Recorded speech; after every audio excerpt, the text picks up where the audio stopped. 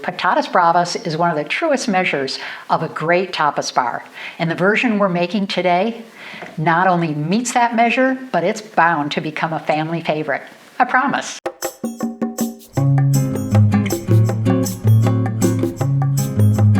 Like a lot of recipes in Spain, Patatas Bravas uses so many of the essential Spanish pantry ingredients, like garlic naturally, olive oil of course, little salt and pepper, some fresh rosemary, a whole host of classic ingredient spices like pimenton, cumin. Then I'll be topping it off with a smidge of honey, a little bit of sherry, and the star ingredient, potatoes.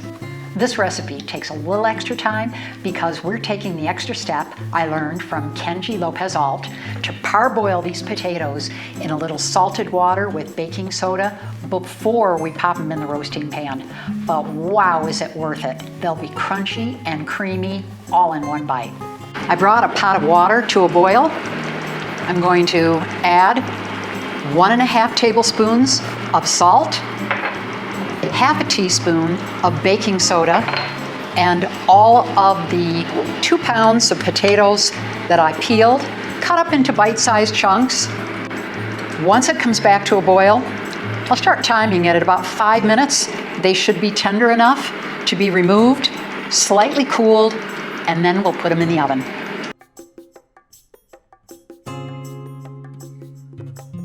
It's been 5 minutes. So we're going to test these with my handy-dandy cake tester. Perfect. There's a little resistance, but not a lot. So we can remove these, let them rest for a few minutes while we prepare the garlic sauce that we're going to bathe this in. And then we're ready to go into the oven. Now that the potatoes are cooling just slightly, we're going to add 5 tablespoons of extra virgin olive oil, along with minced garlic. You can use as much as you like. Typically, people use 2-3 tablespoons. I've got 4 cloves in here, so that's plenty, but I love the garlicky flavor. And a little bit of fresh rosemary, a smidge of black pepper,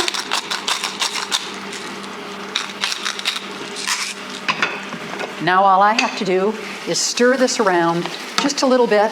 Now that the garlic is nice and toasty, we're going to strain the garlic bits and pour this oil all over the potatoes.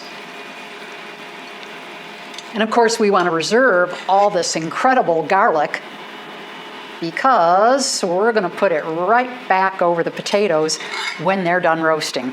Our next job is to simply toss these potatoes a little bit in the oil.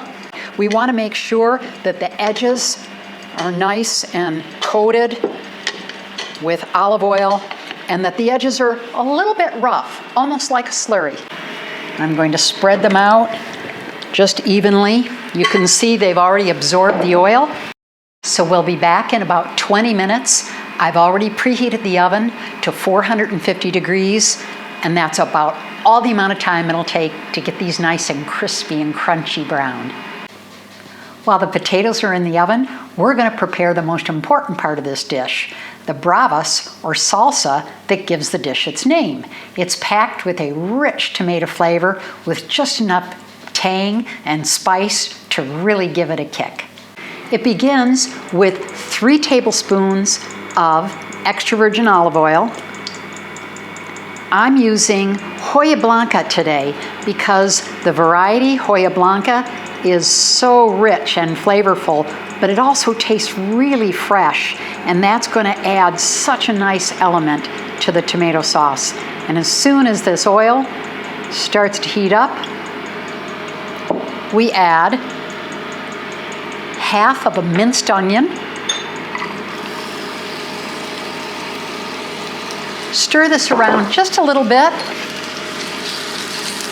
and let it cook for about 5 minutes until it's nice and translucent. It's been all of 5 minutes. You can see they're nice and soft. Now I'm going to add garlic, as if we didn't have enough already. And I'm keeping these about the same size as the onion so that they cook the same amount, but I don't want them to get too crispy. And after all, we're putting this in the blender when we're done, so it doesn't really matter the size, but I don't like to just keep it even so it cooks evenly too. 2 more minutes and we'll start adding spices. I'm just starting to get a little bit of toast to the garlic and the onion. Now I'm going to add a 1/4 teaspoon of cumin, a 1/4 teaspoon of one of my all-time favorites, sumac, 1/2 teaspoon of sweet pimenton or paprika, and a 1/2 teaspoon of spicy pimenton. And of course, pimenton or paprika is a classic Spanish flavor. I'm also going to add one of my favorites to give it a bit of a kick, Moresh chili. And now I just want to toss this around and just give it a minute so that I can toast these spices just a little bit in the olive oil. Next, 400 grams of finely chopped tomatoes in their juice. Now we'll mix this in a little bit. And the final little special ingredients to all of this will be a splash of Jerez sherry vinegar. And Jerez sherry vinegar is famous in Spain because it comes from Jerez and it's really wonderful, but it gives dishes such a nice tang. A little bit of honey, a little bit of sweetness to this flavor, a little bit more salt. Now all we need to do is let this sauce cook down till it gets pretty jammy, and that'll take all of 15 minutes at a medium temperature. You don't want it boiling, but you definitely want a nice simmer. It's been a good 15 minutes and the potatoes are almost ready too. I'm going to pour this into the blender.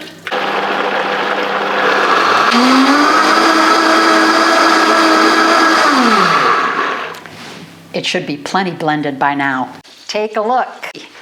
Wow, do they look good. The next thing we're going to do is take them off the pan, put them into the bowl, dress them with all the crunchy garlic bits. If you remember, we had those ready from when we started the oil. And while they're nice and hot, it'll be very easy to add the garlic bits to it.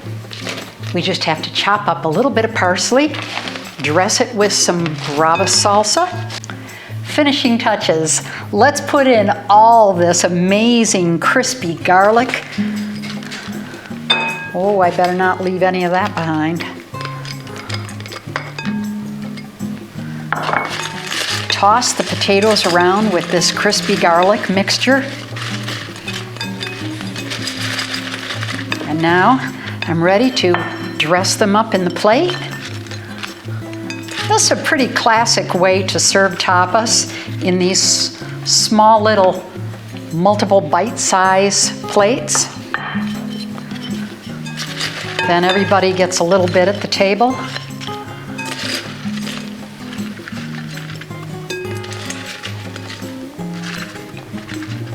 And just enough for a starter party. A few left over for the chef. We'll taste that later. The traditional way of serving patatas bravas is to have a little drizzle of sauce over the potatoes when they're first served. But another thing I like to do is to actually leave a dish of sauce on the table so that anybody that wants to dip into it can go ahead and add as much brava as they want. Final touch, just a little bit of color from parsley. Gives it a fresh flavor, and it's a nice color addition. And that's it. Thanks a lot for joining me in my Spanish kitchen today, and stick around while we continue to explore incredibly healthy Spanish recipes that take advantage of eating the Mediterranean way every day.